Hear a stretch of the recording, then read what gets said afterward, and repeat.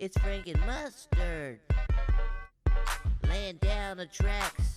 Yeah, throw your hands and clap. Now everyone up. Let's give it a chance.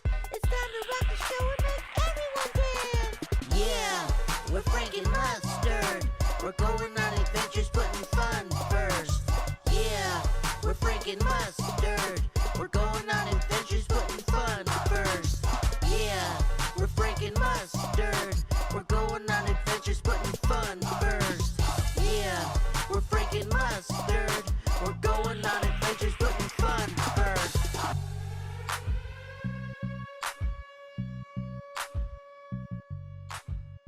Welcome to the SCI Forum podcast.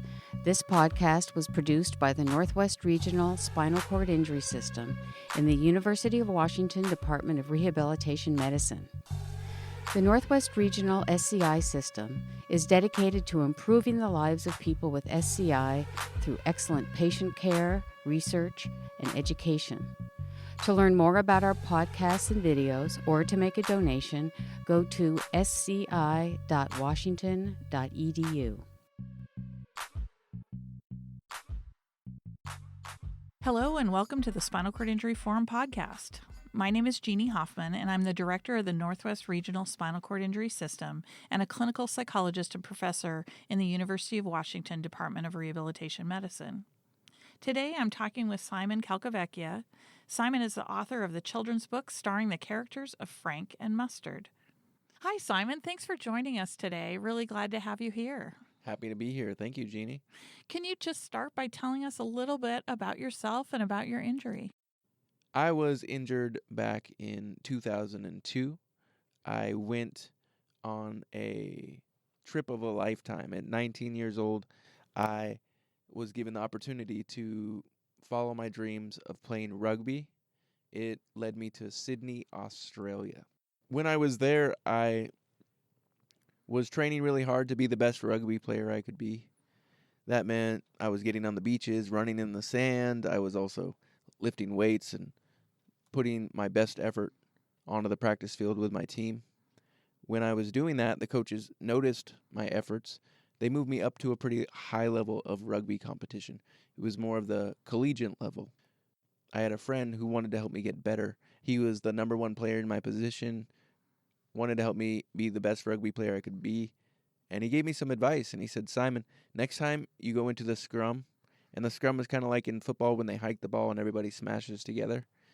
Well, I was in the front of that, and he said, get your head a little bit over to the side. When you do that, you'll be able to give our team a little bit of an advantage and push around the other player easier. And I tried it in a game, not really having the proper technique, and also not really realizing the danger of trying that technique in a game. Ended up breaking my neck on my opponent's shoulder at the C5-6 vertebrae, paralyzing me from the chest down with quadriplegia. So you were actually injured in Australia, but then you came back to the U.S. for your rehabilitation, correct?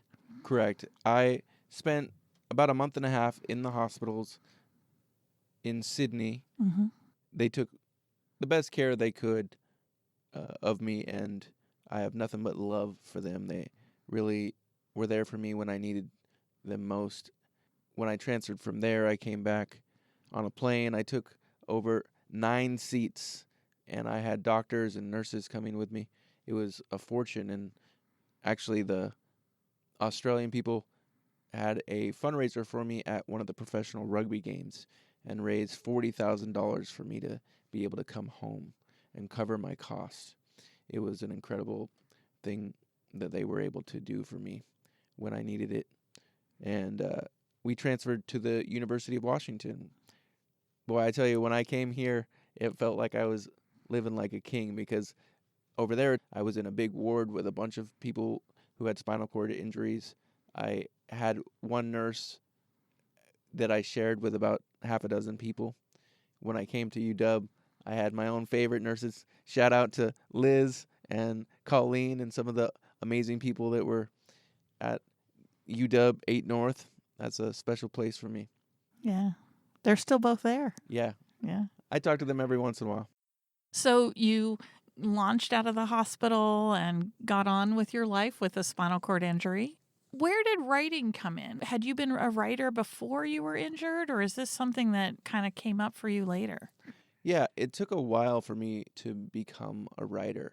It wasn't until I went to college at the Evergreen State College, and during I think about the year 2008, I remember I was really big into the hip hop scene, and I would go to a lot of hip hop shows, but never believed in myself enough to try writing.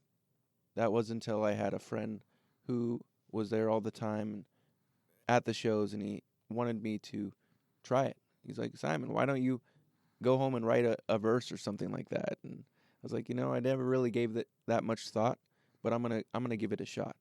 And that was a rhyme. If you didn't pick that up, it came to me naturally. I thought, wow, I really love writing. I became very passionate about it. Started writing hip hop pretty much all the time. And it really gave me a belief in myself to write and to express myself creatively. It also gave me an outlet to express my emotions in ways that I had never had before. So did you actually do much performing in hip hop, or did you kind of give your rhymes to other people to perform? No, I definitely did some performing. Uh-huh. It took a little while to get there, but I performed on stages and with crowds and everything like that, and started to get into it. I really actually got very passionate about it and was dreaming big with it, but unfortunately, I'm the type of person that gets really focused and compulsive in a way when I was working on that, and when I get really excited about a passion, and I actually overused a muscle in my chest that I used to help me project my voice. I basically wore down the muscle so much that I couldn't use it, and it took away that dream of mine in some ways. That must have been super disappointing to kind of find something that you love, that you were totally into, and then not have it work out. Yeah, it was devastating. Did it kind of shift you away from writing completely, or did it just make you really focus on a different way of At the time, yeah, I stopped writing. I let go of the passion because I didn't see it playing out the way that I was dreaming when it was working, when I was writing, when I was performing. Mm-hmm. So when were Frank and Mustard born? When did they get created? Frank and Mustard came along about 4.5 years ago, and they came as I was spending a lot of time volunteering with kids. I was volunteering in preschool classrooms, really just passionate about being a part of these students' lives. And it gave back to my life in a big way. It really inspired me. And I was working on all kinds of different projects, and I remember working on this project for the Procession of the Species in Olympia, where people come together, they build floats, and they build costumes to represent and celebrate the different species on our planet. I had this big dream to create a Komodo dragon and mount it onto my wheelchair and drive it through the streets. It was a big, big dream, and I ended up recruiting about 50 or 60 people, and we committed several hundred hours to mounting this Komodo dragon that was the size of a bus onto my chair, and we drove it through the streets like I dreamed. It was incredible. During that project, I met the illustrator of my children's book series, The Adventures of Frank and Mustard. After that, we hung out pretty much every day. We had just an amazing connection through art and community, which led eventually to the day when he had created a doodle. Now, I knew he was a fantastic artist. That's part of why he joined the team. But I'd never seen him in that 2 years create a image or a cartoon-like figure. When I saw it 2 years into our friendship, I knew that it was time to create this other dream of creating my children's book, or a children's book. Mm-hmm. Because, spending a lot of time with kids, it felt like a natural progression to want to make a children's book. Almost everybody you know wants to make a children's book. And really, it just took the aligning of the stars to make it happen with the illustrator Art or Arturo Alvarez coming into my life and helping me realize that opportunity. That's great. So obviously working with kids has been a huge influence on this. Where did you get the story ideas? Where did you get where did all that come from? Well, I had spent about 10 years volunteering with kids before I became an author. During that 10 years, I remember reading lots of different children's books, but not one of them ever had a character using a wheelchair. That was really bothersome. I knew that kids weren't learning about the stories from my life or the life of a wheelchair user. And they should be learning about that. That should be mandatory. We should have so much more diversity in our children's books. But it's a little tricky because a lot of the time these books aren't very kid friendly. Like, they're really educational, but kids don't want to read them over and over, if once. And I really wanted to make something fun, something that I could be a little bit silly with, and also share meaningful stories from my life. That's how I started thinking about, okay, I have my illustrator. We have a general direction with creating a book about stories from my life of using a wheelchair. And if I'm going to create something silly and fun, I want to use animals. Animals are great for kids. They are really drawn to them, and you can make them really fun. And if I'm going to be an animal, well, why not a wiener dog? Because a wiener dog most commonly uses a wheelchair in the real world. If I'm going to be a wiener dog, I got to make a hot dog joke, right? Yeah, So that's how Frank and Mustard was born. Yeah. That's great. Well, mustard, of course, because it's a hot dog, right? Well, you got a hot dog joke? Frank is the hot dog, and what goes great with a hot dog? It's mustard. A little bit of mustard. Excellent. And Mustard is a little yellow bird, and Frank is the wiener dog. Excellent. So just a little bit back, I'm curious about when you worked with kids all those years, what did you notice about them interacting with you in your wheelchair? Did they have lots of questions for you, or did they just kind of not even see the wheelchair? In preschool, they just thought I was cool, right? They didn't have a whole lot of questions for me. They just wanted to play and be my friend in most ways, and that's basically how I felt about them too. There were times where they would ask me questions, but it's a more complicated thing for them to really understand what's going on, and so they would forget the answers basically, and they would forget that, yeah, I have to use this wheelchair, and I'm not able to get out of it. So that was, it didn't bother me at all when they would ask questions. I do remember there were times where sometimes the kids would point out my disability. I remember being on the playground once, and a kid started calling me wheelchair, and I felt uncomfortable with it, but I didn't know how to respond to it.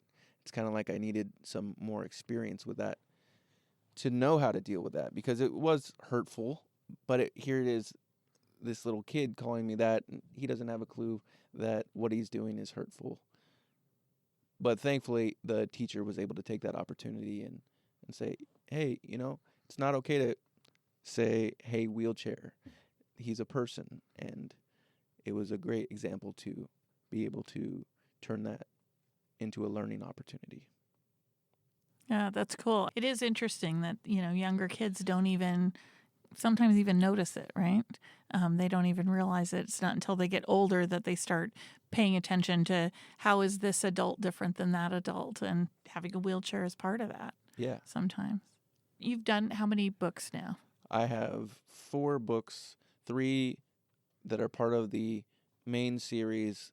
I now have a board book out that's also part of the Adventures of Frank and Mustard, but it's kind of its own thing for the youngest kids that are little terrors and like to destroy books. A board book is a good thing for Yes. those ages. They can chew on it. It doesn't get destroyed immediately. Yeah, that book is called The Colorful Shoes. Mm-hmm. Yeah, I was going to say, and if it's a board book, it's probably really pretty simple then, right? Yes. Less of a story and more of a focus on a Yeah, color, right? It exactly. sounds like, yeah. Focusing on the colors, just giving them something elementary to work on. And Yeah. So tell me about this transition from going to writing, kind of rhymes to writing a book. Like, had you been writing in between there, or was this kind of your return to writing? it was definitely my rebirth or return to writing after going several years and not writing a whole lot. I started writing again when I saw that doodle and that Arturo made.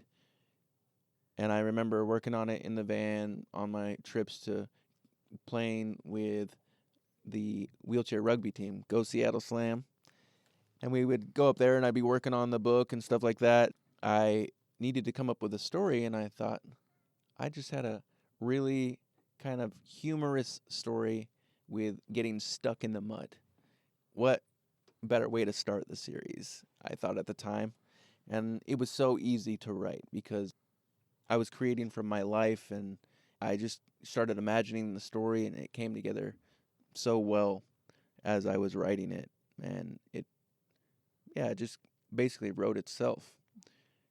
And it really excited me for creating children's books. And after about a year, we had gone through the editing process, and it was our first book, so we had a lot to learn. We really just had to work through it, though, and do the editing. That was a lot of the time, and we spent about a year on the first book before we felt it was ready, and eventually came out with it, and it started a fire for me to keep creating, and that hunger to share my stories with kids all over, which ultimately led to now my favorite thing, which is going to schools, sharing my personal story with kids and inspiring them at school assemblies. Do you do readings when you're doing those? Yeah, I have a digital form of the book that I bring where I make all the voices and I have it pre-recorded. It's on The Adventures of Frank and Mustard YouTube channel. Anyone can check it out. You can see the videos that I share on there from my own personal story. And yeah, it's been the best thing ever because that's where I really know that I make a difference in inspiring kids and educating them about quadriplegia, what my life looks like at home. I have also been able to bring together my two passions of writing hip hop and creating the Adventures of Frank and Mustard books. I've created a Frank and Mustard hip hop album, which I share at the assemblies. It is the most fun thing that the kids get excited about. I go out there, I get to be a rock star and perform in front of the kids, and it is one of their favorite things. It's just so cool that I've been able to bring that old passion of writing hip hop back into it and have the kids love it as well. That's really cool. I'm going to want you to read in just a minute. Yeah. But I'd like to continue talking a little bit because I'm also curious about just what this process was for you to create this, because it's one thing to go from ideas and having an illustrator kind of work with you to actually having a book in hand. And so had your illustrator, had he been involved in publishing before this? No, neither of us had done it. We are just both very motivated and driven people. Uh-huh. We had done several art projects before, and we knew that we could work together. Yeah. But yeah, we clearly had no idea what we were doing, but we believed in ourselves. Yeah. And that's what really mattered most to make it happen. Yeah. So can you just talk a little bit about kind of from the steps of doing some pages to like actually getting it into book format? How did you figure out how to get it through this process so that it could come out the other side? Right. Well, it started with writing the best version of the story that I could. But as I learned, the more I read through the book, the more I wanted to change it a little bit. But once I had the rough draft version, and this isn't necessarily the best way to do it, it's just been the way that it's happened. Or I was working with the illustrator, and once the story was written, we would create a storyboard where we could go through and create a picture for each page so that we could get a good idea of what's going to work with the story, what's it going to look like, and have a rough draft version of the illustrations once the story was written. When we had that, we were able to work through it. He could get started on the illustrations, and we had a rough idea of what we were going to make. But we were making changes all the way to the end to make it the best book we possibly could. Once we had finished the illustrations and the writing, I started doing research online, looking for places to print the books. I didn't really love the deals that I was finding. They were still pretty expensive. Amazon didn't exist yet as far as independent publishing, or it wasn't very well known. Thankfully, though, my mom came home from her hairstylist with a book. She said, my hairdresser is an independent illustrator working with her sister, who is the writer. They're creating books, and they're using an independent publisher out of Bothell, Washington. That's the Book Publishers Network. When she told me that, I looked it up, started finding out more, got in touch with them, ended up being the perfect situation, really reasonable on the costs, and I was able to be in full control of my books, design, everything, with a little bit of help from someone that knows the industry, who her name is Sharon Hara, and she definitely has given me several good ideas and helped me to make my books as professional as possible. That's great. Once that was completed, we were able to send in the books or the designs and get them printed. And when I had that book in my hand for the first time, it was incredible. But I was like, what do I do next? I put all this time into making it, Right. and I have no idea how to sell it. Yeah. How do you get it out in the world? Yeah. So how did you get it out in the world? Yeah, I started going to a lot of events, smaller events in the community around my town of Olympia, where the little bazaars during Christmas and stuff like that, where you pay $20 or $50 and you get a table and you meet lots of people. And it was hit or miss quite often. When it was great, it was awesome, and you can't beat the support of those small communities, especially in the beginning. But then I started branching out and started doing the biggest events around. I started doing the UW Street Fair and these places where you have to spend $500 just to be there. And that was pretty scary in the beginning, because it's like, whoa, I have to sell quite a few books to make this happen. But we saw the success in the smaller places, and I wanted to take the risk and try to eliminate that possibility of having a dud show. By going to these bigger events, I found much bigger opportunity. I also have found ways to connect with my community, to get into schools, and to make those connections face to face. Because when wanting to be a motivational speaker and going to schools and be an assembly presenter, that face to face connection is priceless. That's great. So it sounds like that has really created a whole network for the next book and the next book as Yeah. it's come out. Do you have ideas for the next one in the series, or do you have ideas for other books that you might write? Our latest book, it's called Monster Truckin'. It's about when I drove a monster truck. That's awesome. I've made it so that it's in the Tacoma Dome. Mhm. It actually happened in the Tri-Cities, but I wanted to give Tacoma some love, and it's a classic place for monster trucks. Yes. But I was in the Tri-Cities, and this guy, his name's Jeff Bainter. He drives Captain USA, or used to drive it. And I remember seeing it in the flyer for the event. And I went there for an event to sell my books. And I was like, I have to get a video in this monster truck. I have to go for a ride. And I'm going to make it happen. When I went there, I went into the space where the monster truck was. And I was like, so, how are we going to get me in that thing? And he said, eventually, how about we do one better? I've actually purchased hand controls to help make this monster truck more accessible for all. I want you to take the first drive. Wow. Yeah. That's pretty awesome. And it got even cooler because I was like, okay, I want to drive it, but how am I going to get in it? Right. Well, they brought out the forklift.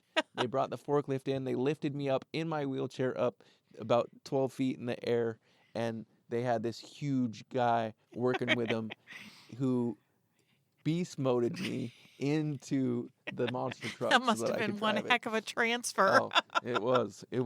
But he took it so well and just transferred me like I was Sunday dinner. Yeah, that's amazing.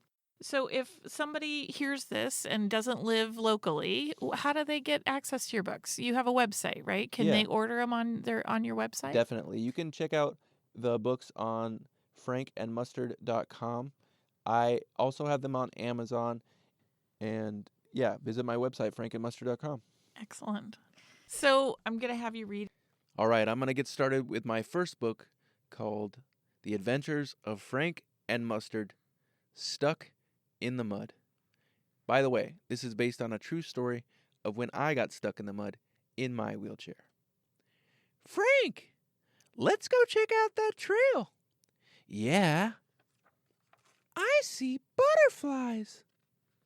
Mustard! Frank! What is wrong, buddy? I am stuck. Grrr. What are we going to do? Pull!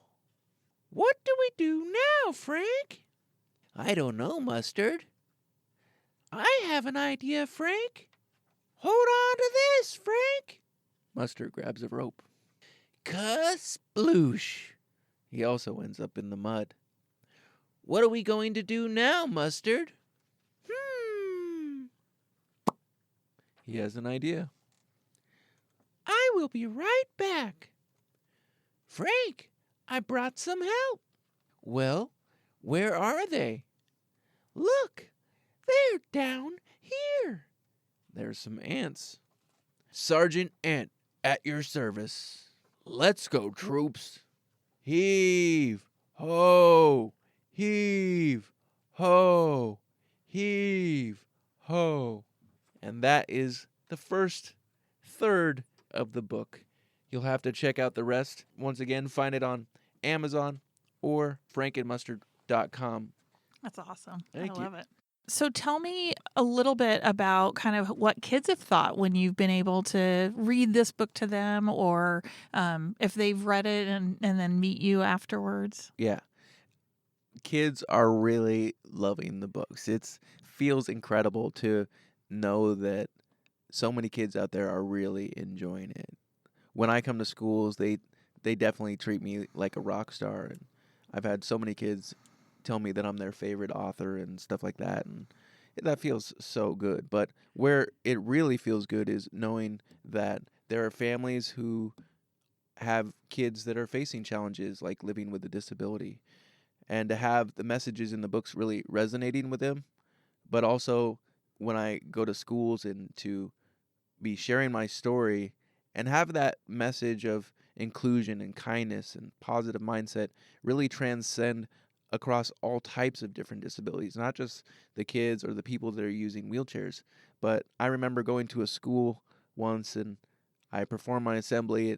At the end, I had a kid come up and I was like, "Hey man, what'd you think of the assembly?"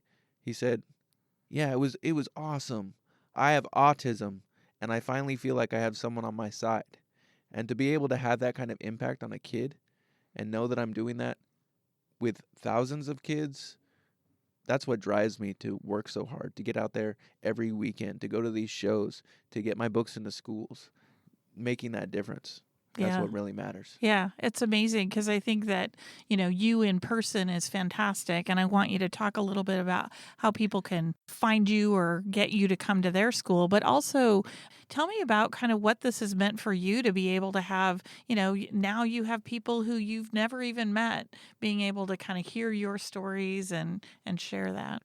Yeah, really, to have all that, it just feels like I'm getting to give and receive even more love in this world, and to be doing something positive really drives my life. I've never been this committed to anything in my life.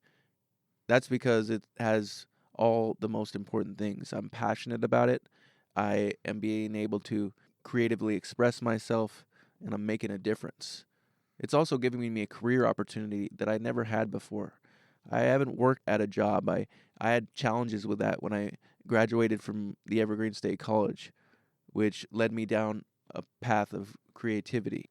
Now that I have a career opportunity, it is doing a lot for my life and giving me a whole new level of confidence. Look at my van that was approved by DVR, the Department of Vocational Rehab, to help me pursue my dreams, and because I'm proving myself as an independent worker.